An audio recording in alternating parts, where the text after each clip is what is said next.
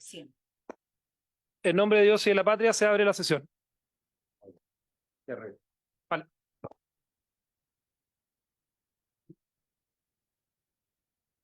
Secretaria, ¿tenemos cuenta? Sí, presidente. No le avisé a él. Tenemos las excusas del ministro del Interior, puesto que en esta misma hora se está discutiendo la renovación del despliegue de las Fuerzas Armadas en la zona fronteriza de las regiones de Arica y Parinacota y de Tarapacá y Antofagasta en la Cámara de Diputados, y también del ministro de Seguridad Pública por compromisos agendados con anterioridad. Luego hay una solicitud del senador Piu para someter a consideración de esta comisión, oficiar a la señora ministra de Defensa Nacional para que informe sobre unos hechos ocurridos recientemente en un puesto fronterizo de Colchane en la región de Tarapacá, conforme se ha informado por diversos medios de comunicación. Y enseguida hay 9 oficios de cumplimiento de la ley de presupuestos del año en curso que se los vamos a enviar a sus correos electrónicos. Eso es, señor presidente, la cuenta. Perfecto. Sobre la cuenta entiendo, senador Piu, sobre lo que usted solicitó. Sí, dos cosas sobre lo que se solicitó, si es factible ese informe, de tal manera que tengamos algo más evaluado que solamente las notas de prensa. O sea, a nosotros nos llega la información de prensa a través de la Biblioteca del Congreso, pero tener una edición del Ejecutivo. Después solicitaría por puntos varios, presidente. Perfecto. Subsecretario, sobre ese punto que... Buenas tardes, presidente. Lo tomamos, recibimos el oficio, vamos a informar con detalle, de forma reservada, a la comisión de los antecedentes de ese suceso en particular. Perfecto. ¿Algún otro tema de prensa? O sea, de cuenta, perdón. ¿No? ¿Estamos? ¿Puntos varios? Puntos varios. Muchas gracias, presidente. El día de ayer en La Moneda, el presidente comunicó el cambio de nombre de un recinto carcelario conocido como Punta Peuco, a ser un recinto carcelario de Tiltil. Pero dentro de las expresiones que él usó, dio a entender a la población que este es más o menos un lugar que tiene beneficios o condiciones especiales.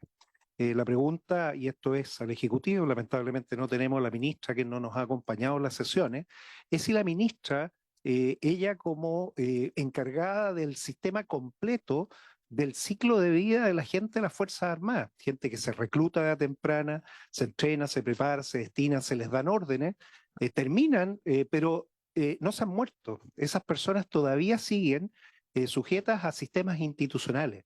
Me refiero al sistema de salud que administra cada una de las instituciones que ella dirige, que es un sistema de salud institucional, y por eso ellos tienen que concurrir a esos hospitales, y también su sistema previsional. Por lo tanto, el Ministerio de Defensa no se puede desentender de las personas, aunque estén cumpliendo condiciones de reclusión. Y la pregunta es si efectivamente la ministra ha podido visitar y conocer estas instalaciones, porque se van a dar cuenta que no son lo que se señala, son recintos que incluso no han estado ni siquiera conectados a sistemas sanitarios con agua, se corta el agua, no hay gas disponible y muchas otras cosas más. Entonces, del punto de vista estrictamente de la defensa, de la administración de un sistema, de personas que siguen dentro del sistema, ¿cuál ha sido el involucramiento de ella? Si conoce y ha visto y sabe en qué condiciones están. Yo creo que sería importante, dado que se ha puesto en estos momentos, en el día de ayer, esta situación nuevamente, tener toda la información. Yo creo que es importante que la ciudadanía quede muy informada y ojalá a través de la ministra que tiene a cargo esta tarea. Eso, presidente, muchas gracias. Muchas gracias, senador Piu. Comparto plenamente su preocupación, entendiendo que la decisión que se toma ayer es una decisión administrativa que no depende del Ministerio de Defensa, sino que del Ministerio de Justicia. Entendemos que es una decisión presidencial, más allá del juicio de valor que uno puede hacer respecto a la misma, la considero equivocada. Pero dicho esto, quizás la posibilidad de que la ministra de Defensa, el Ministerio de Defensa, pueda, en lo que corresponde solamente a las facultades y a las atribuciones del Ministerio de Defensa, particularmente en la preocupación que usted hace sobre el tema salud, condiciones de personas que pertenecieron a ramas de las Fuerzas Armadas y desde esa perspectiva entender si hay una mirada sobre cómo esas personas van a seguir recibiendo las atenciones de salud, las atenciones humanitarias que corresponden y quizás sobre ese punto en particular no es necesario que lo haga ahora, subsecretario, porque tenemos otros temas en la agenda, pero que pueda haber una respuesta y un oficio emanado de esta comisión. No sé si le parece a la comisión sobre ese punto en particular, con un comentario que quiera hacer el senador Saavedra. Sí, yo ahí tengo a ver, primero, una facultad presidencial y está bien. Y respecto de los derechos previsionales que tienen los quienes están cumpliendo su condena por actos de violación a los derechos humanos, están allí y entiendo que los derechos previsionales y sociales se mantienen.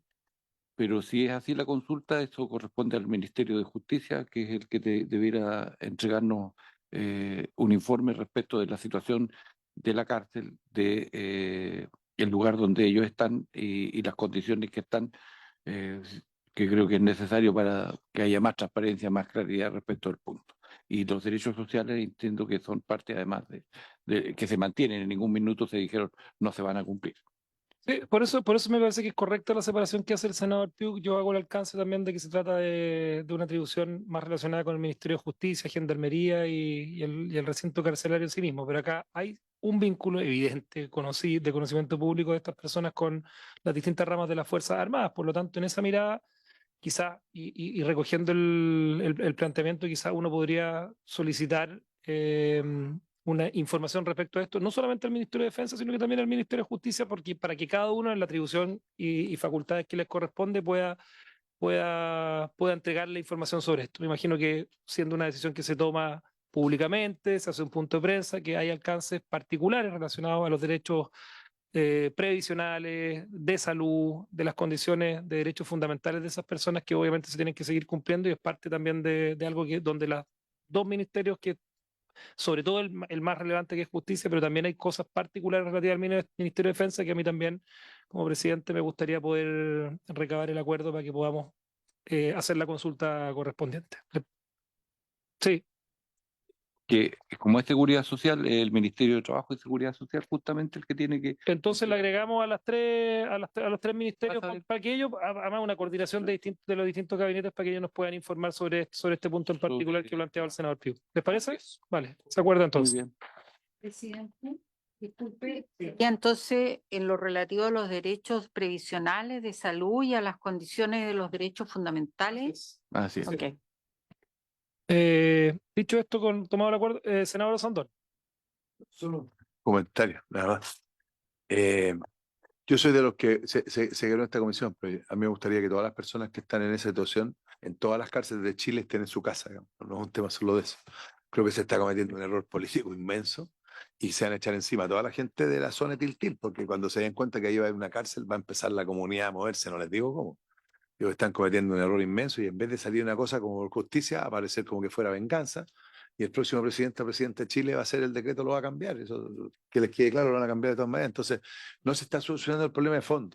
¿Ah? Y se mezcló con el tema de los detenidos desaparecidos, que yo creo que hay que hacer lo imposible para encontrar a esa gente, porque hay que sanar ese día. Entonces, yo creo que se está cometiendo un error político, sobre todo por la fecha y porque además yo de la comunidad, cuando se dé cuenta lo que significa tener una cárcel, un pueblo como Tiltil, súper tranquilo, acampado, esto se va a encarejinar fuerte. Ojalá el día de mañana las personas que estén enfermas de la cárcel que sea puedan morir en sus casas, hayan hecho lo que hayan hecho. Desgraciadamente es un tema de humanidad, nada más. El subsecretario me había solicitado un espacio para comentar respecto a la reunión de ministros de Defensa del Pacífico Sur, a la que tuve la oportunidad de asistir la semana pasada. Así que, subsecretario, le ofrezco la palabra sobre ese punto en particular para que dé cuenta a la comisión brevemente, porque tenemos que partir la votación sobre lo que fue esa importante reunión. Muchas gracias, presidente. Bien breve, lo primero agradecer a través suyo a la comisión por representarla en el buque Escuela Esmeralda. Efectivamente, entre el día 22 y 24 de octubre tuvimos la reunión de ministros del Pacífico Sur, Contó con la presencia de representantes de todos los países titulares: Australia, Nueva Zelanda, Francia, Papúa Nueva Guinea, Fiji, Tonga. Además, los países observadores, que son Japón, Reino Unido y Estados Unidos. Y además el secretario general del PIF, que es el Foro de Islas del Pacífico. Esta debe ser la reunión multilateral más importante que se ha hecho en materia de defensa en los últimos 20 años. La última con más de un ministro que yo tenga registro fue el 2022, una reunión de ministros de las Américas. La última la hicimos por Zoom con base en Chile, pero la hicimos por Zoom en la pandemia, y creo que fue muy positivo. Nos permite materializar la presencia tricontinental de Chile, reivindicar la presencia de Chile en Rapa Nui, y también hacernos interactuar en un espacio que es gigantesco, que es el Pacífico Sur. Los ministros quedaron muy contentos, muy impresionados de lo que tenemos acá a nivel de defensa y de Fuerzas Armadas, con muchas ganas de colaborar. Tomamos temas de seguridad marítima, de amenazas tradicionales y no tradicionales, hablamos de cambio climático y ayuda humanitaria, y también de los 25 años de la resolución de Mujer, Paz y Seguridad de la ONU y nuestro nuevo plan de acción acá en Chile. Quedamos de seguir trabajando, se intensificaron las colaboraciones. Como ustedes saben, con países como Francia, Nueva Zelanda, Australia, tenemos equipamientos de ellos también. Pasamos a ver una fragata australiana de 2 que tenemos vehículos blindados de la Armada también, que son de Nueva Zelanda. Francia, para qué decir, tenemos los Cougar, los Dauphin, que son los helicópteros, tenemos los Scorpion, entonces también nos permite potenciar eso. Y finalmente comentar que vamos a estudiar la posibilidad de poder realizar un ejercicio en zonas cercanas a Rapa Nui. Vamos a tener conversaciones con las autoridades de la isla, y la idea es poder hacer un ejercicio que calce con el otro set de ejercicios que existen en el Pacífico, para hacer foco en presencia, en seguridad marítima y también en ayuda a desastres humanitarios. Fue recibido de muy buena forma por todos los países, así que quedamos nosotros junto con la Armada de presentar una propuesta con una planificación, como se hace este tipo de ejercicio, de cara al 2027-28. Así que balance positivo, una muy buena instancia, y muy contentos los países que participaron junto a nosotros. Muchas gracias, presidente. Por su intermedio, agradecer al subsecretario. Efectivamente, esta es una reunión importantísima. El Pacífico es el océano del presente, y las preguntas son dos. La primera es si se pudo tocar el tema. Se solicitó de Valparaíso sede de la Secretaría de Naciones Unidas, BBNJ, porque es una gran aspiración. Somos un país tricontinental, tenemos los parques marinos más grandes y tenemos capacidad para poder preservar lo que precisamente el tratado busca, el Tratado del Alta Mar. Y la segunda dice precisamente lo que señaló la ministra respecto al ejercicio en Rapa Nui. Pero mi pregunta va a financiamiento y va a lo que usted también señaló de los otros ejercicios que se están haciendo. El próximo año corresponde hacer RIMPAC, que no tiene financiamiento en la ley de presupuesto. No tiene. Le falta el aporte necesario, y ahí la duda es si el Ejecutivo va a reponer o no los recursos, dado que es fundamental mantener esa capacidad de entrenamiento de nuestras fuerzas. Gracias, presidente. Subsecretario. Gracias, presidente. Parto por las últimas preguntas. Lo primero, el presupuesto va a ser un 0,3 superior al aprobado del año pasado, es decir, va a ser sin los recortes que se ejecutaron este año de acuerdo a los acuerdos que se lograron en el Congreso. Es decir, vamos a tener un presupuesto de continuidad igual al que se tuvo el año pasado, y sobre eso un 0,3%, obviamente de cifra actualizada. Lo segundo, podemos revisar nuevamente, pero está RIMPAC como una de las líneas de financiamiento. Pedí a mi equipo que vieran inmediatamente, pero lo que recuerdo y lo que presentamos, RIMPAC, como todos los años, intercalado con los ejercicios de submarino, tiene todos los años financiamiento, y el próximo año no va a ser la excepción. Y lo tercero, BBNJ, sí, lo hicimos presente en las palabras de apertura. Agradecimos a Francia y al presidente Macron, que ya se comprometió acá en Valparaíso a apoyar a Chile como sede en Valparaíso. Hicimos una invitación a los otros 6 países, y lo que creo que también es relevante, conversamos con el secretario general de PIF, que representa a varias islas en el Pacífico, sobre esta materia y nuestro interés. Esto fue ratificado en la cena que invitamos a todas las delegaciones por el canciller, porque el canciller nos acompañó esa noche, y también se hizo referencia a la importancia de BBNJ para Chile, más considerando que ya se juntaron las firmas, van más de 70, y la primera reunión es ahora en enero. Entramos en materia. Yo entiendo, y podrá, subsecretario, usted ratificar. Entiendo que hay un avance bien importante para que nos permitiría hoy día avanzar en la votación del proyecto de infraestructura crítica. Tenemos acá todos en sus pupitres el comparado y una minuta de propuesta de votación, que incluso viene con comentarios, con las reuniones, así que entiendo que la secretaria también la tiene. Así que para que, no sé, le ofrezco la palabra al subsecretario muy brevemente para que haga una introducción de de los acuerdos que se han alcanzado y tratemos de empezar a votar inmediatamente. Gracias, presidente. Según lo que se me fue informado, se realizaron las reuniones respectivas con asesores el día 23 y el día 30 de octubre, y como fue instruido por esta comisión, se trataron de lograr la mayor cantidad de acuerdos. Hay avances sustantivos y relevantes en los textos que están propuestos, y además viene, como también se había solicitado, en el caso que no hubo acuerdo, diferentes propuestas para ser votadas, y viene en cada una de las discusiones principales un comentario más extenso explicando en qué había acuerdo y en qué había disenso. Así que creo que están las condiciones para poder evaluar en su mérito y votar lo que sea pertinente si así lo dispone la comisión. Perfecto. Yo creo que es correcto y oportuno, así que, secretaria, estamos en condiciones. Gracias, señor presidente.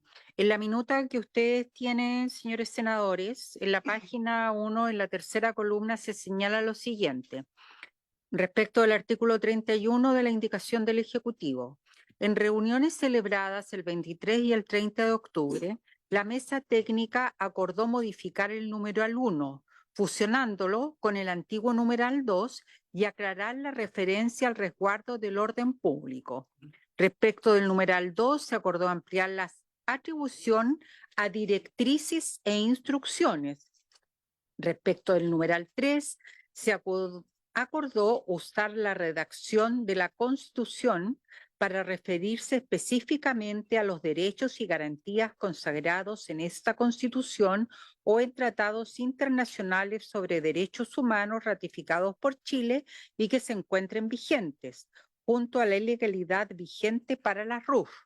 En el numeral 4 se acordó que el Ejecutivo presentaría una propuesta de redacción para incluir a quienes tengan conocimiento del despliegue y que la referencia a la divulgación especifique que se requerirá una vulneración a la debida autorización. En el numeral 5 se acordó ampliar la atribución a coordinar e impartir instrucciones y además incorporar bajo esta atribución a la seguridad privada del operador de infraestructura crítica, con excepción de la oración, debiendo observar las atribuciones de las demás autoridades con competencia en el área. En el numeral 6 se acordó que el Ejecutivo presentaría una propuesta de redacción para dejar explícito que dicha atribución se ejerce fuera del área determinada, así como sustituir la coordinación entre funcionarios por órganos del Estado institucional. En el numeral 7, contemplar que el oficial general podrá requerir información a otros órganos de la administración del Estado, y en el inciso final se acordó hablar de instrumentos de planificación y gestión pertinentes de forma amplia. Por ende, se propone, artículo 31, el oficial general al mando de las Fuerzas Armadas y de Orden y Seguridad Pública, designado por el presidente de la República para la protección de cada infraestructura crítica, contará con las siguientes atribuciones. 1. Asumir el mando de las Fuerzas Armadas y de Orden y Seguridad Pública dispuestas para la protección de la infraestructura crítica, resguardando el orden público en el área determinada mediante decreto supremo, de acuerdo con las instrucciones que establezcan el Ministerio del Interior, Defensa Nacional y Seguridad Pública en el mismo. 2. Dictar las directrices e instrucciones necesarias a las Fuerzas Armadas y de Orden y Seguridad Pública bajo su mando para la protección de la infraestructura crítica y el resguardo del orden público en el área determinada en el decreto supremo. 3.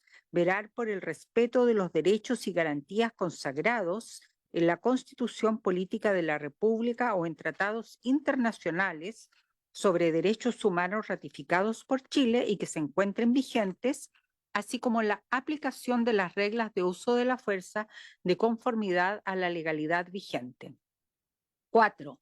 Dictar instrucciones a las Fuerzas Armadas y de Orden y Seguridad Pública desplegadas para la protección de la infraestructura crítica y a quienes tengan conocimiento del despliegue dispuesto con el objeto de evitar la divulgación de antecedentes de carácter militar sin la debida autorización. 5. Coordinar e impartir instrucciones en el área determinada por el Decreto Supremo a los funcionarios del Estado, de sus empresas, de las municipalidades, los operadores de infraestructura crítica y la seguridad privada que estos utilicen con el objeto de proteger la infraestructura crítica, debiendo observar las atribuciones de las demás autoridades con competencia en el área. 6. Coordinarse con todos los órganos del Estado, sus empresas, las municipalidades y los demás operadores de infraestructura crítica fuera del área determinada por el Decreto Supremo con el objeto de proteger la infraestructura crítica. 7. Requerir del operador de infraestructura crítica u otros órganos de la administración del Estado la entrega de información sobre el recinto a custodiar, así como otras medidas para la protección de la infraestructura crítica y que faciliten la coordinación con el personal de las Fuerzas Armadas y de Orden y Seguridad Pública en el área determinada mediante decreto supremo.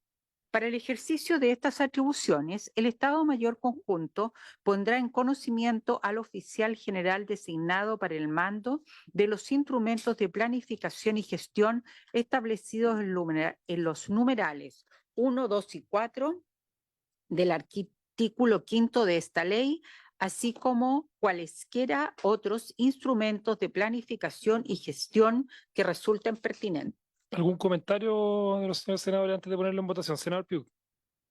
Muchas gracias, presidente. Creo que se recoge muy bien lo que se ha conversado. Sí señalar que tanto en el artículo 1, el artículo 6, el 6 incluso, y el 7, se habla del área determinada. Y esto es fundamental para dar una delimitación física para que ese mando cumpla la tarea. Entonces, en las 3 veces que se menciona área determinada, esto es uno de los elementos más esenciales del decreto supremo y tiene que ser con posiciones geográficas para que no haya ninguna imprecisión y se puede incluso marcar, las fuerzas después podrán, porque eso es lo que queda sujeto.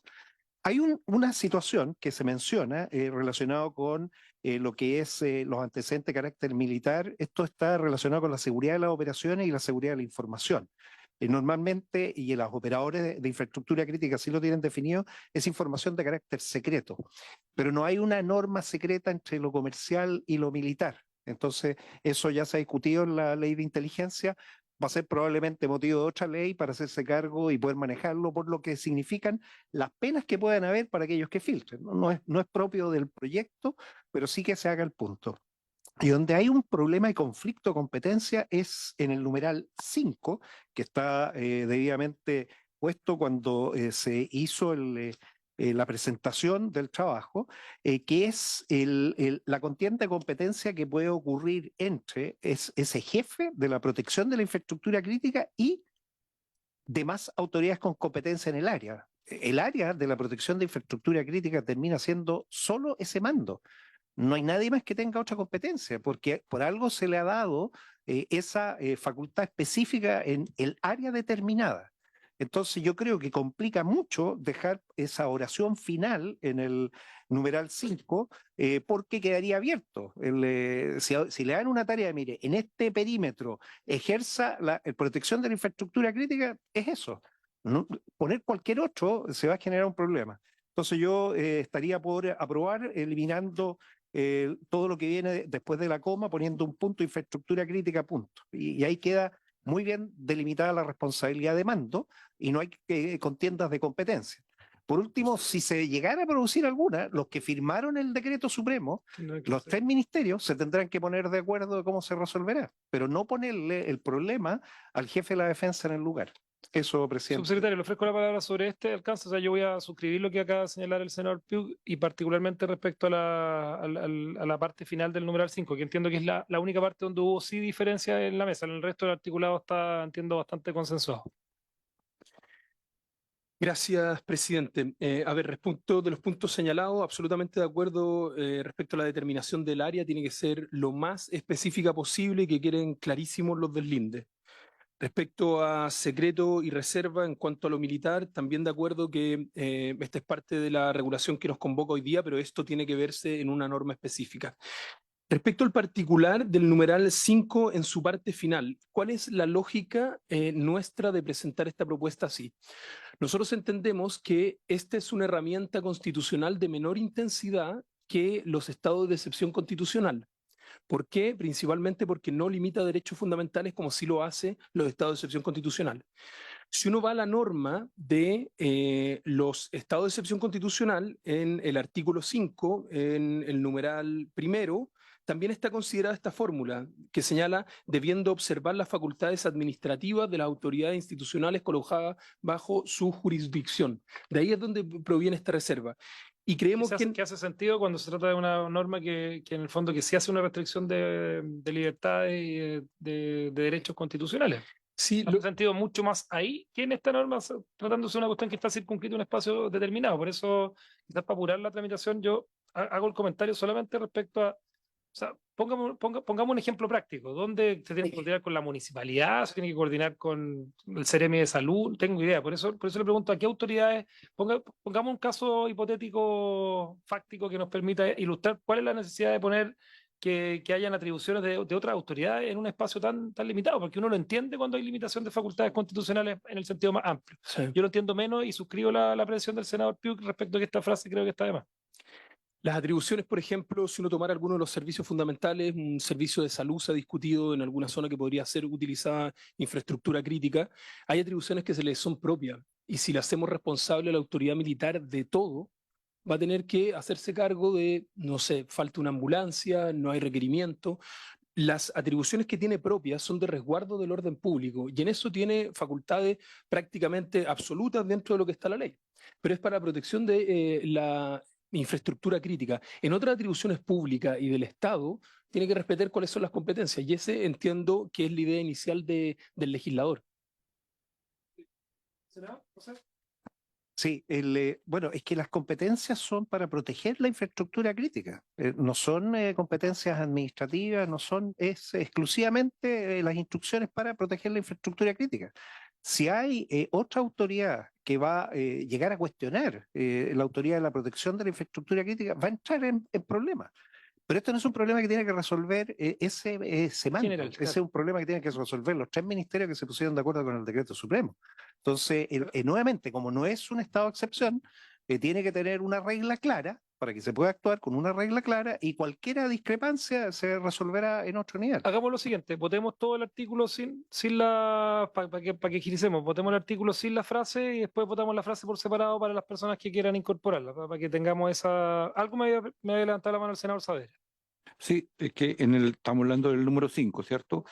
Sí, y es las atribuciones que se le dan al oficial general del mando de las Fuerzas Armadas, que parte en el 31, que tiene que coordinar, que tiene que impartir instrucciones en el área determinada del decreto supremo, imparte instrucciones, órdenes a los que son propietarios, si fueran un supermercado, una municipalidad, si fuera un consultorio, un CEFAN, un hospital, si fuera la autoridad regional o el director del hospital, a él le imparte instrucciones a los operadores de la infraestructura crítica, es decir, todo lo que son los guardias, los que manejan las pantallas, en fin, yo me imagino eso, y la seguridad privada. Entonces, a mi entender, creo que está bien redactado y efectivamente es él el que tiene la atribución, a mi entender, leyendo, porque le da la facultad, y yo lo dejaría como está, porque creo que es lo que le da la consistencia al numeral.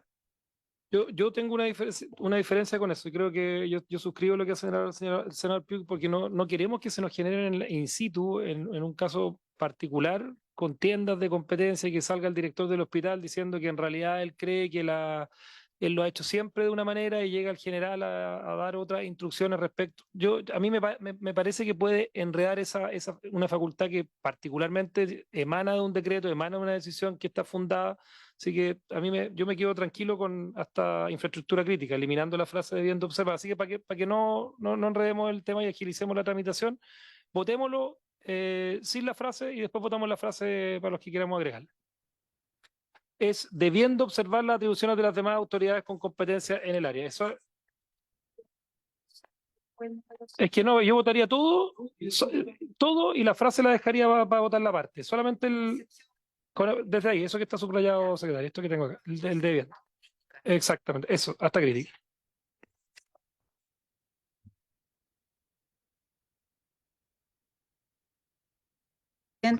Solo un alcance Sí. que lo había conversado con el subsecretario, pero como está en la Constitución, y a lo mejor en el número 1 dice, de acuerdo con las instrucciones que establezcan el Ministerio del Interior, de Defensa Nacional y Seguridad Pública. Según la Constitución, este decreto, estas instrucciones las imparten los ministerios del Interior y de Seguridad Pública, claro. Tratándose un oficial de las Fuerzas Armadas, es raro que no esté en el Ministerio de Defensa Nacional, pero no está en la Constitución. Entonces, quizás hacer un punto para que quede constancia nomás en la historia de la ley. A ver, esto ya, este artículo en general ya está en aplicación en la zona norte, y lo que hemos visto es que es mejor tener un único documento inequívoco suscrito por el presidente y los 3 ministros en que solidariamente todos se hagan cargo de lo que se está firmando. El riesgo de interpretarlo por separado, que es el tenor en que está escrito, y que el Ministerio de Seguridad dé instrucciones a las Fuerzas Armadas, podría innecesariamente, a nuestro juicio, poner en contradicción al ministro de Seguridad con el ministro de Defensa respecto a militares, y es una situación bien compleja. Entonces creemos que no hay ningún problema que, si todos suscriben el mismo documento y sea un único decreto, como está funcionando en la actualidad, permite una actuación mucho más armónica. Sí, pero ese es un tema ya de cómo que, sí, Cómo quedó la reforma. de cómo quedó la reforma en la Constitución. Yo no me había fijado en esto, pero parte del... No señala que sean dos. No, pero lo que dice que el presidente de la República, De defensa. que no menciona al ministro de Defensa, eso me llama la atención, pero dice el presidente de la República, Sí. a través del decreto supremo, tendrá al mando de la... claro, al mando de las Fuerzas Armadas y de Orden y Seguridad Pública. Lo que pasa es que si lo hacemos de forma separada, podría darse que hay un decreto que entregue los términos generales y uno separado en que el Ministerio de Seguridad, el ministro, instruya a militares respecto al despliegue.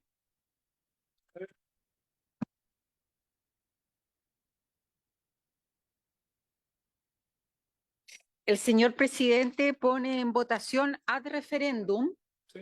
A referéndum, el Ejecutivo tendría que presentar, junto con otras normas que también han sido aprobadas en este carácter, el artículo 31, que está en las páginas 2, 3 y 4, con excepción de la oración final del numeral 5, que dice, debiendo observar las atribuciones de las demás autoridades con competencia en el área. En votación en esos términos, ad referéndum, el artículo 31. Senador Saavedra. Mi voto es Sí, todo, por eso. sin claro. sacarle nada. Se va a votar, o sea, pero son dos votaciones. Son Sí, está bien, pues, pero Debiera ser algo. o sea, mantener tal como voto a favor de lo que está redactado en la página 2, Sí, 3. La votación de una manera distinta. Sí. O sea, sí, o sea, porque es que es difícil para él, porque como está todo el artículo y el... Es que está- por eso, y todo como silencio. yo hay que votar de manera distinta, votar primero, se podría votar primero el Y numeral nosotros después votamos la eliminación de las frases, ¿no? Si no se vota todo el punto supresivo de esta frase. que son propuestas de... Claro, porque si se aprueba todo, bueno, igual que ya para ver cómo Hay que reabrir las dos. todo. Hay que reabrir. nosotros queremos rechazar eso. No, yo quiero aprobarla. Entonces Sí. podría ser en votación el artículo 31, con excepción de esa frase, en el entendido de que el senador Saavedra adscribe al texto de los mismos términos como Texto que- está, sí. y el resto de los integrantes presentes de la comisión. Perdón, presidente, ¿Ah? más fácil como después vamos a poner en votación la frase y ahí la puede votar a favor, nosotros la vamos a votar en contra. Eso es, Claro, está bien. eso es. Bueno, sí, la comisión puede Sí, estimar. hagámoslo así. Ya. Claro, lo que pasa es que usted está poniendo el número 5 como está, No, estoy poniendo el 5. entonces el senador no quiere votar si tiene.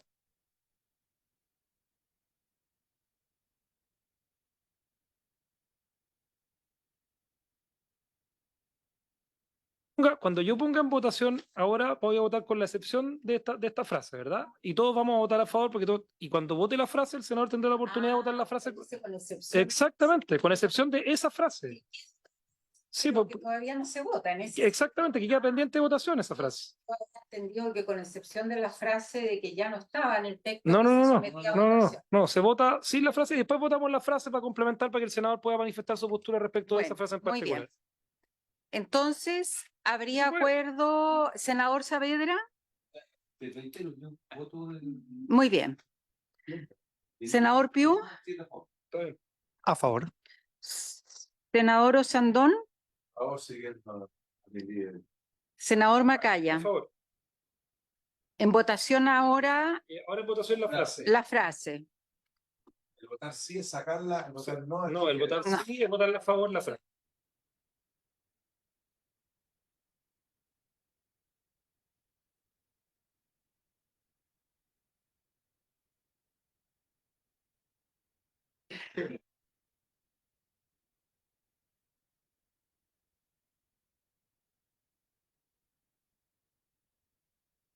Perdón, el senador Saavedra vota a favor de la Sí. frase y los senadores. Pero, ¿por qué voto a favor? Voto a favor porque el oficial general es el encargado de impartir instrucciones y además a los funcionarios establece ahí la redacción a quien le entrega las instrucciones y por tanto es necesario mantener, a mi entender, la frase. Por eso voto a favor de la frase. Muy bien. Senador Piu, ¿Puede argumentar por qué Sí. está en contra? Bueno, tal como lo señalé, debido a tener una sola autoridad en algo que es muy específico, muy puntual, que está delimitado y que por eso existe un decreto supremo, no es bueno tener contiendas de competencia con otras autoridades, cuando lo que se quiere es proteger infraestructura crítica. Por eso voto en contra, presidente. senador Osandón. Contra, voy a seguir a mi líder. Muy bien. Señor presidente, muy bien. Queda rechazada la frase por 3 votos contra 1.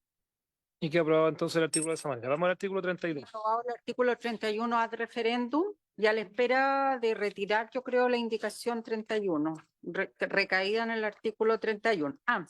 Aquí había otras indicaciones parlamentarias, la 101, la 102 y la 103, que a juicio de la Secretaría son inadmisibles, que se refieren a la misma materia. Entonces, vamos rápido y las declaramos inadmisibles todas y quedan. Porque hacía juicio la Secretaría. Vamos. Artículo 32. En la página 8 hay una propuesta. Hay una propuesta de la mesa técnica que señala lo siguiente. En reuniones celebradas el 23 y el 30 de octubre, la mesa técnica acordó aclarar el artículo indicando que el control de entrada y salida es respecto de personas, bienes y vehículos. Se acordó que la autorización de acceso es respecto de personas y vehículos. Además, asesores parlamentarios propusieron que se modificara el artículo, incorporando la facultad de registro junto al control de entrada y salida. Desde el Ejecutivo se respondió que eso viene incorporado en el artículo siguiente, en el 33. Por ende, hay unanimidad de los asesores por la alternativa 2. La posición del Ejecutivo es por la alternativa 1 y se propone: Alternativa 1, artículo 32, para la protección de la infraestructura crítica, las Fuerzas Armadas y de Orden y Seguridad Pública podrán controlar la entrada y salida de las personas, sus bienes y vehículos al área determinada. Asimismo, podrán autorizar el acceso de personas y vehículos al área determinada para la protección de la infraestructura crítica. Alternativa 2. Artículo 32. Para la protección de la infraestructura crítica, las Fuerzas Armadas y de Orden y Seguridad Pública podrán controlar la entrada y salida de las personas, sus bienes y vehículos al área determinada. Asimismo, podrán autorizar el acceso de personas y vehículos al área determinada para la protección de la infraestructura crítica y realizar registros a dichas personas y vehículos. Palabra al Ejecutivo que me la ha pedido.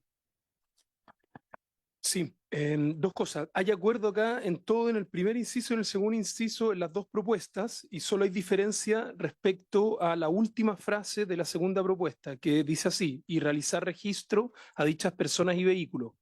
En la opinión del Ejecutivo, esta discusión debería darse en el siguiente artículo, que son las formas de control que van a tener la autoridad militar, y de eso queda más limpio y la discusión está en el que sigue, que es la discusión de fondo, que adelanto desde ya, vamos a tener que revisarla bien, porque si bien estamos de acuerdo en las atribuciones, hoy día está regulada de dos formas distintas cómo se hace, pero creo, insisto, que es tema del siguiente artículo. Bueno, votamos entonces la propuesta número 2, que es la que tenemos, entiendo, unanimidad de nuestro equipo de asesores. Sí, Vale. más allá de la propuesta que sea aprobada, presidente, en cualquiera de los dos casos, solo reiterar que tiene que ser aprobada de referéndum y que el Ejecutivo debe presentar de nuevo luego la indicación correspondiente. Vale. Vamos. Presidente, usted me dice, La ¿la 2? Sí. Ya, el señor presidente somete a votación la alternativa 2 de redacción número 2, que está en la página 8, que como explicó el subsecretario, salvo la frase final, relativa al registro de las personas y vehículos, es igual a la alternativa 1. Senador Saavedra. Voy a votar a favor de la alternativa 2 porque justamente establece, a mi entender, en términos mucho más globales, la acción del control. O sea, se faculta el registro y al mismo tiempo el control en la... Senador Piu. A favor de la alternativa 2. Senador Osandón. A favor de la 2. Señor presidente. A favor. Queda aprobada la alternativa 2 por ad referéndum por 4 votos a 0. Tienen miedo. La número 2 queda rechazada entonces por la misma votación. Perdón, la 1. Sí. Sí. Entonces se espera del Ejecutivo la indicación y queda para pendiente de retiro. La indicación del Ejecutivo recaía en el artículo 32 y aquí también estaban las indicaciones número 104 y 105 que a juicio de la Secretaría son inadmisibles. Bueno. Presidente, ¿la Sí. declara? Sí, la declaro inadmisible. Muy bien. Vamos al artículo 33. Página 10. Página 10. Se señala lo siguiente en la página 10. En reuniones celebradas el 20 y el 30 de octubre, la mesa técnica no logró acuerdo respecto a modificar el artículo para dejar referencia explícita a que, en los casos de los artículos 85 y 86 del Código Procesal Penal, control de identidad investigativo, no se requerirá la concurrencia de indicios, por lo que se deja para la discusión de la comisión. Asesores parlamentarios propusieron que el Ejecutivo preparara una redacción que atendiera a la propuesta anterior. Por ende, hay mayoría de asesores por alternativa 2. La posición del Ejecutivo es por la alternativa 1. Se propone alternativa 1. Artículo 33. Las Fuerzas Armadas y de Orden y Seguridad Pública podrán controlar la identidad de cualquier persona que pretenda ingresar o se encontrare dentro del área determinada para la protección de la infraestructura crítica en los términos señalados en los artículos 85 y 86 del Código Procesal Penal y los artículos 12 y 12 bis de la Ley 20.931. Además, con el fin de proteger la infraestructura crítica, las Fuerzas Armadas y de Orden y Seguridad Pública durante estos procedimientos podrán realizar controles de los ocupantes de un vehículo motorizado y no motorizado. En el ejercicio de esta facultad, el personal podrá realizar registros al interior de los maleteros o portaequipajes del respectivo vehículo, a contenedores o mochilas que sirvan para el transporte de mercancía, a las vestimentas de las personas y al equipaje que portar. Alternativa 2, artículo 33. Las Fuerzas Armadas y de Orden y Seguridad Pública podrán controlar la identidad de cualquier persona que pretenda ingresar o se encontrare dentro del área determinada para la protección de la infraestructura crítica en los términos señalados en los artículos 85 y 86 del Código Procesal Penal y los artículos 12 y 12 bis de la Ley 20.931. Para tales efectos, no se requerirá la existencia de indicio en los términos que señalan los artículos 85 y 86 del Código Procesal Penal. Además, con el fin de proteger la infraestructura crítica, las Fuerzas Armadas y de Orden y Seguridad Pública durante estos procedimientos podrán realizar controles de los ocupantes de un vehículo motorizado y no motorizado. En el ejercicio de esta facultad, el personal podrá realizar registros al interior de los maleteros o portaequipajes del respectivo vehículo, a contenedores o mochilas que sirvan para el transporte de mercancía, a las vestimentas de las personas y al equipaje en que portaren. Le ofrezco la palabra a los señores senadores, al Ejecutivo que me está solicitando la palabra. Ejecutivo. Gracias, presidente. Lo primero, para despejar, acá hay dos herramientas que están hoy día en el ordenamiento jurídico que se le entrega, en este caso a las policías y acá va a ser a los militares. Como Ejecutivo estamos de acuerdo.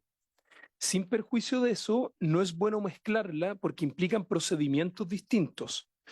Las propuestas que están acá son prácticamente idénticas, salvo en el inciso primero, la parte final de la segunda, que agrega una frase.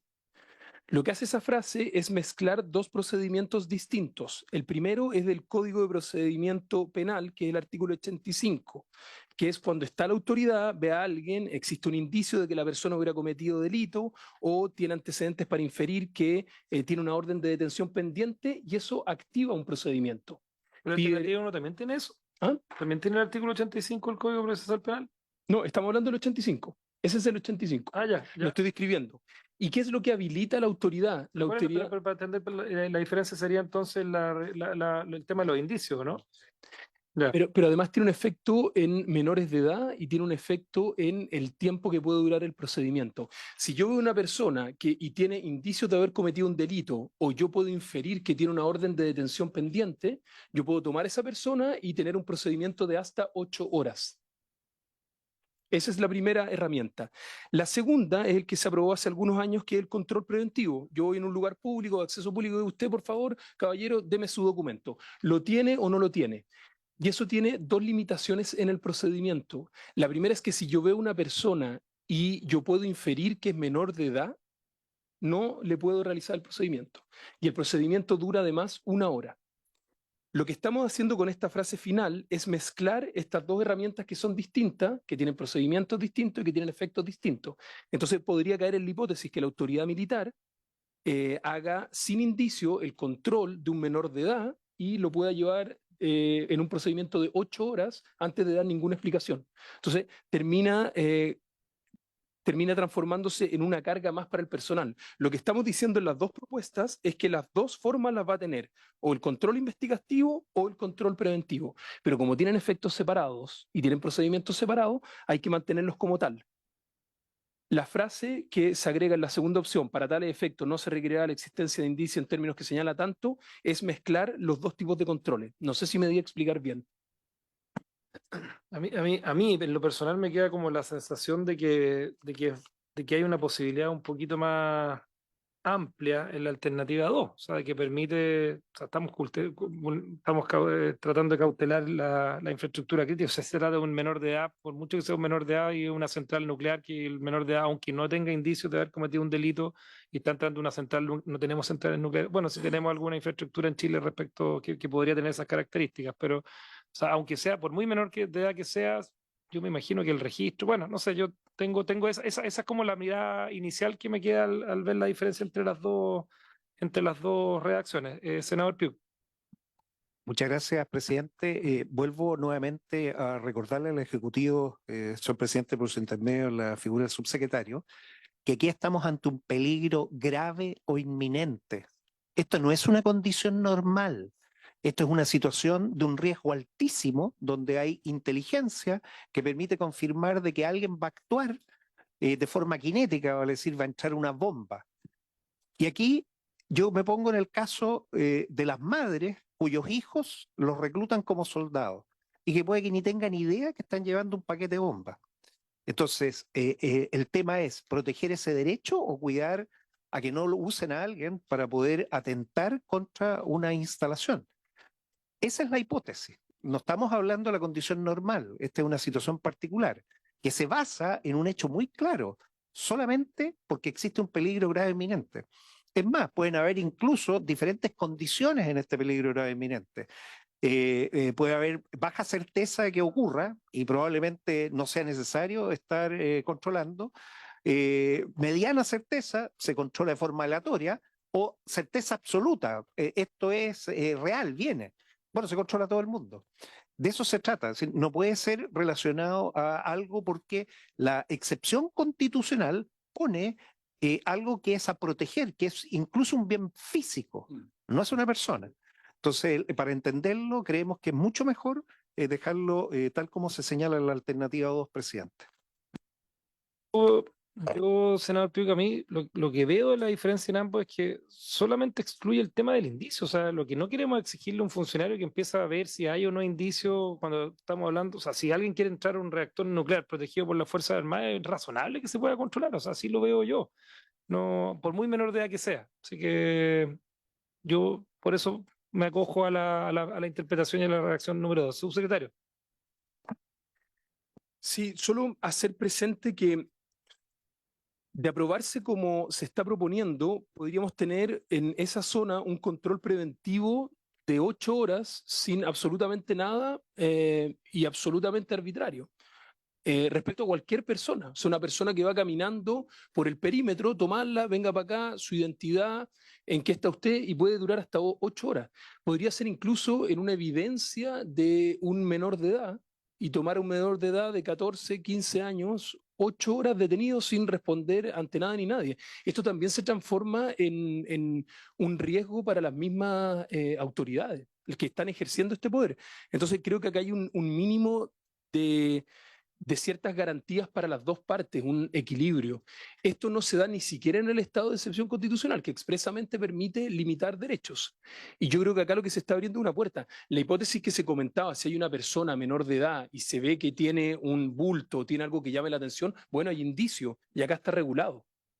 Pero que vaya un menor de edad caminando solo y pueda ser detenido por 8 horas sin ningún tipo de explicación ni control democrático, sin necesidad de indicio, creo que va más allá de las atribuciones. Acá las dos combinadas es el ordenamiento jurídico más sólido que podrían tener las autoridades en un lugar específico. ¿Sabe lo que pasa? Más controlando el acceso, más controlando el egreso. Entonces creemos que son atribuciones más que suficientes y esto no solo rompe ese equilibrio de las dos partes, sino que, insisto, puede ser un riesgo para la misma autoridad militar. Yo discrepo, subsecretario, con mucho respeto. Yo creo que o sea, yo asumo la razonabilidad y el actuar dentro de la esfera de sus competencias de las autoridades y particularmente las autoridades que van a estar encargadas de la custodia de la infraestructura crítica. O sea, asumir de que una persona va a detener un menor que está por el perímetro, que no tienen, o sea, ni siquiera una sospecha. O sea, en el fondo me parece que es hacer una presunción de mala fe ex ante del actuar o de la racionalidad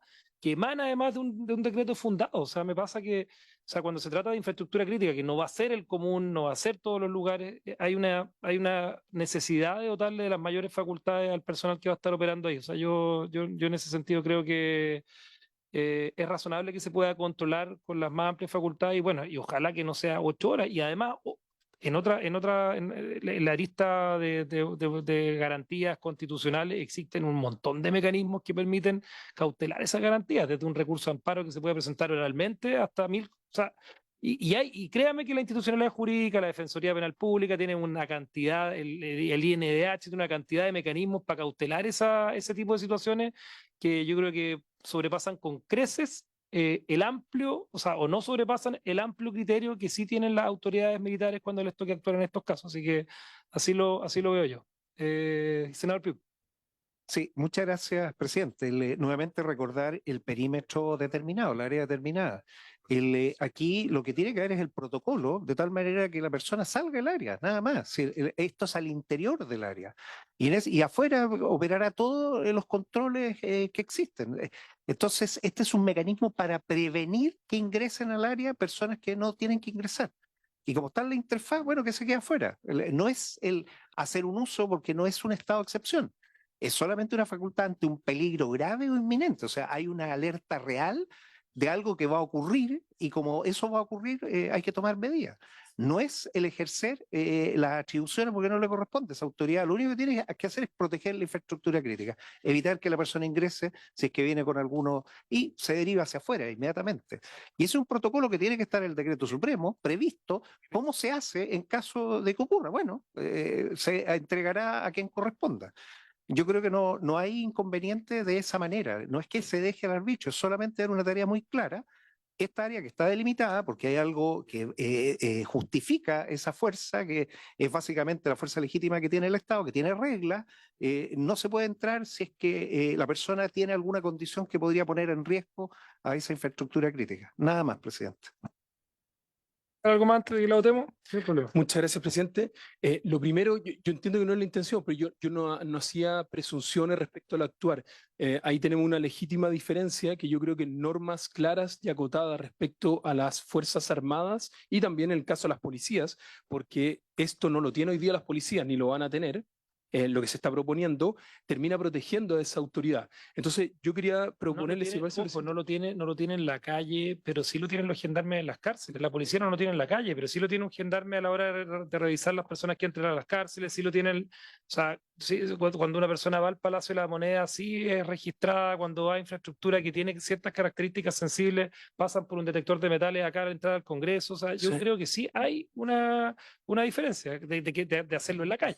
Sí, ese punto lo entiendo, presidente, y es efectivo, pero al leerlo en su integridad, lo que no puede hacer la persona acá al entrar al Congreso es retenerme, por ejemplo, 8 horas, o en el Palacio de la Moneda, o incluso en una cárcel. Si yo voy de visita, no podrían retenerme para... Yo no tengo ninguna duda solo- que no lo van a retener si es que no está, si es que no está en una condición de peligro respecto a la infraestructura que se está protegiendo, pero yo le aseguro que los funcionarios de acá sí lo retienen si lo encuentran con una bomba en su mochila. Es que ahí está la hipótesis número 1, que es el investigativo, efectivamente.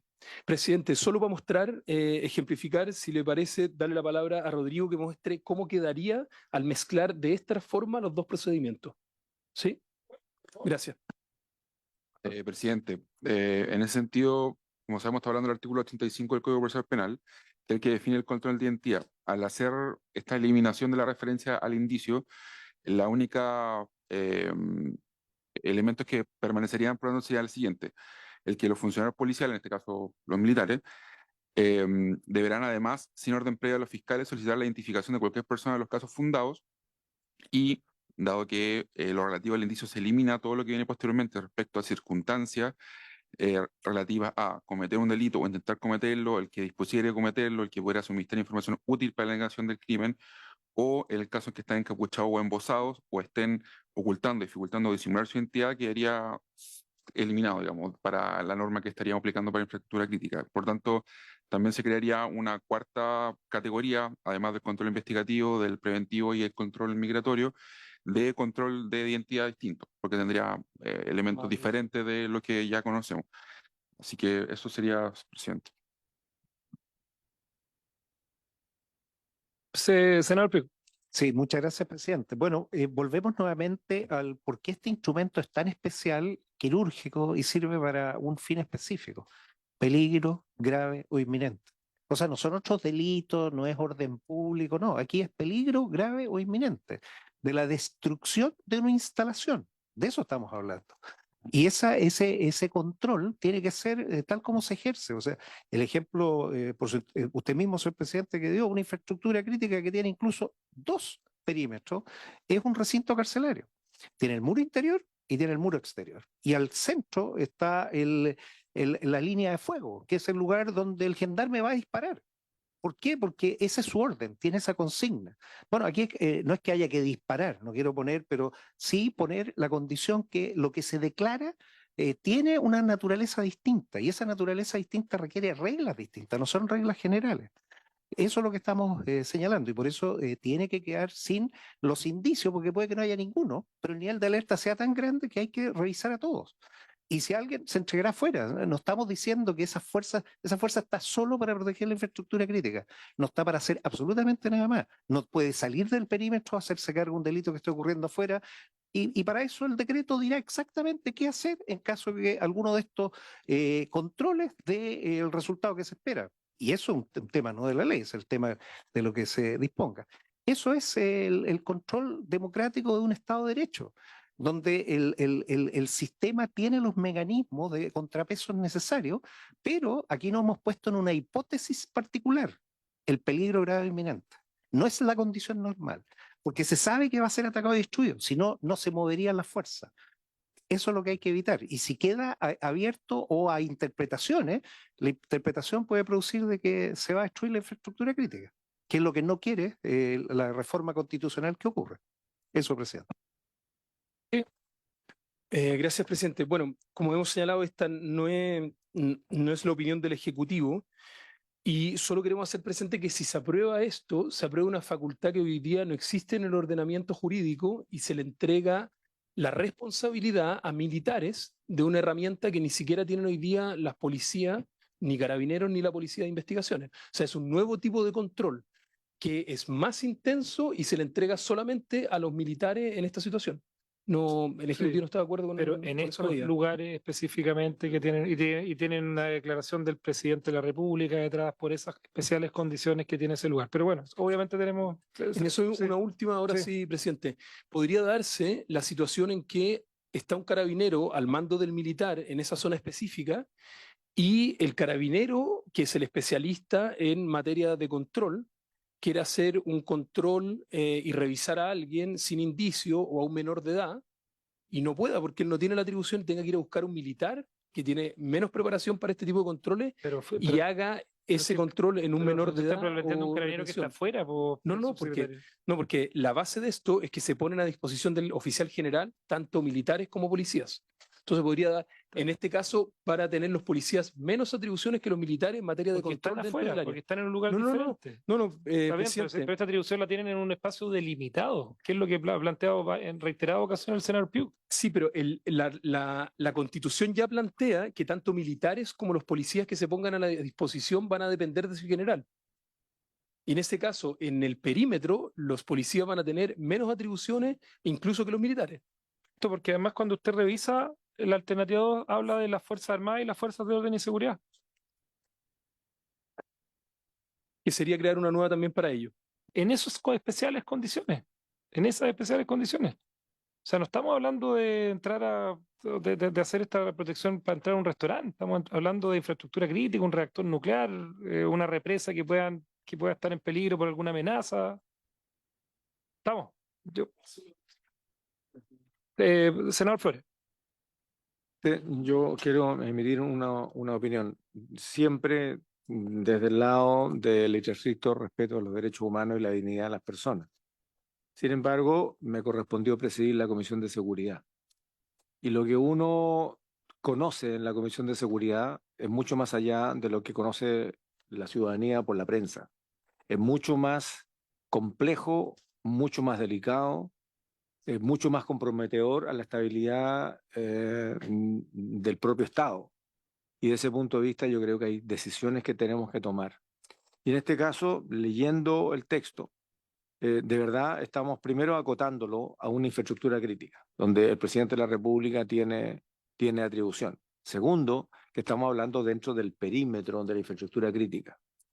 Tercero, estamos hablando de que se están tomando resguardos y solamente en un actuar acotado. Yo no me estoy dando vuelta ni la camiseta, ni mis principios, ni nada de esto con lo que opino. Pero estamos en una situación muy compleja, digamos. Acabo de estar en una reunión tratando de lo mismo, de la seguridad multidimensional. Y la verdad es que estamos entrando en una nueva etapa en donde los estados tienen que empezar a protegerse más frente al crimen organizado. El crimen organizado no juguetea, ni titubea, actúa. Y desde ese punto de vista, un control de identidad, un registro en la zona del perímetro, a mí me parece razonable para no tener que lamentar después pérdidas que significan pérdidas de infraestructuras críticas para el Estado o de vida de personas, si es que hay una intervención de una fuente de agua, por ejemplo. O sea, ante eso y ante ese riesgo, de verdad, uno tiene que transitar hacia otra manera de ver lo que significa la protección amplia de lo que es el Estado y de lo que es la propia ciudadanía, presidente. Y confiando además en el criterio de nuestro personal, Bueno, que además hay que tienen, formar. tienen y tienen los debidos controles y tienen los debidos resguardos y los mecanismos de amparo constitucional, defensoría penal pública, defensoría de los derechos, todas las cosas que existen en el sistema para si alguien osa salirse de esa línea. Así que yo estoy, o sea, tengo convencimiento de que es la mejor opción. Sí, presidente, sí, una alternativa, una alcance que la frase de la alternativa 2, la oración que se agrega dice la existencia de un indicio en los términos que señalan los artículos 85 y 86. La verdad que solo el artículo 85 habla de los indicios, porque el 86 es otra materia, es de los derechos. Habría que eliminar el 86. Sí, No sé, eliminamos eso. sí. Lo votamos sin el artículo 86, la alternativa 2. Muy bien. Entonces, el señor presidente somete a votación. Y por alternativa 1 en todo caso, eran los dos venían. Sí, pero es que arriba está bien, En la frase. en la frase Ah, final. ya. La frase es una negación. Perfecto, perfecto. Sí, Es- la frase que se le agrega a la alternativa 2, Sí. que primero hace, en la primera parte está bien, pero después hace exceptúa. En votación ad referéndum, la alternativa 2. Senador Saavedra. Sí, lo que pasa es que de la discusión dada no me convence y yo prefiero eliminando el 86, tiene otra materia, como se establece control de identidad a los que quieran ingresar, los que estén dentro, eso es lo que permite controles de ocupante de vehículos, motorizados y no motorizados, y en virtud del artículo yo preferiría el 1, pero como hay que hacer la opción, yo voto en contra de la alternativa 2. Gracias. Senador Piu. Senador Osandón. Senador Flores. Señor presidente, queda aprobada 4-1 ad referéndum. La alternativa 2. Queda descartada la 1 por la misma votación. Me Sí, imagino. claro. No, porque No, no, no.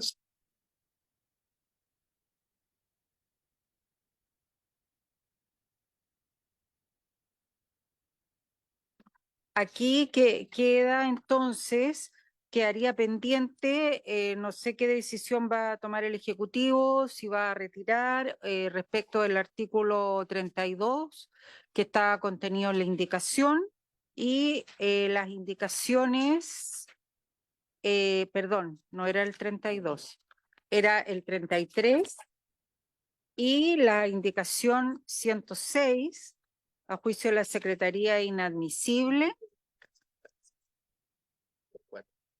Y la 76 y la 78 habría que rechazarlas. Sí, estamos. Alcanzamos a votar el último artículo, el 34. Sí, quiero. ¿Estaría de acuerdo, Están presidente? declaradas de esa forma. Ya, muy Admisible. bien. Vamos al artículo 34, que entiendo que hay consenso en esto, acá no hay dos propuestas. Vamos. Artículo 34. Para practicar el examen de vestimentas se comisionará a personas del mismo género, de ser posible, y se deberá ejecutar con respeto a los derechos y garantías que le asisten conforme con la Constitución y la ley. ¿La ponemos en votación? Perfecto. ¿Se le parece a la comisión? Todo a favor. Aprobado por unanimidad. Entiendo que tiene una comisión, secretaria, para que tengamos... Vale. Lleguemos hasta acá, pero bueno, algo más avanzamos. Ah, vale. Vale.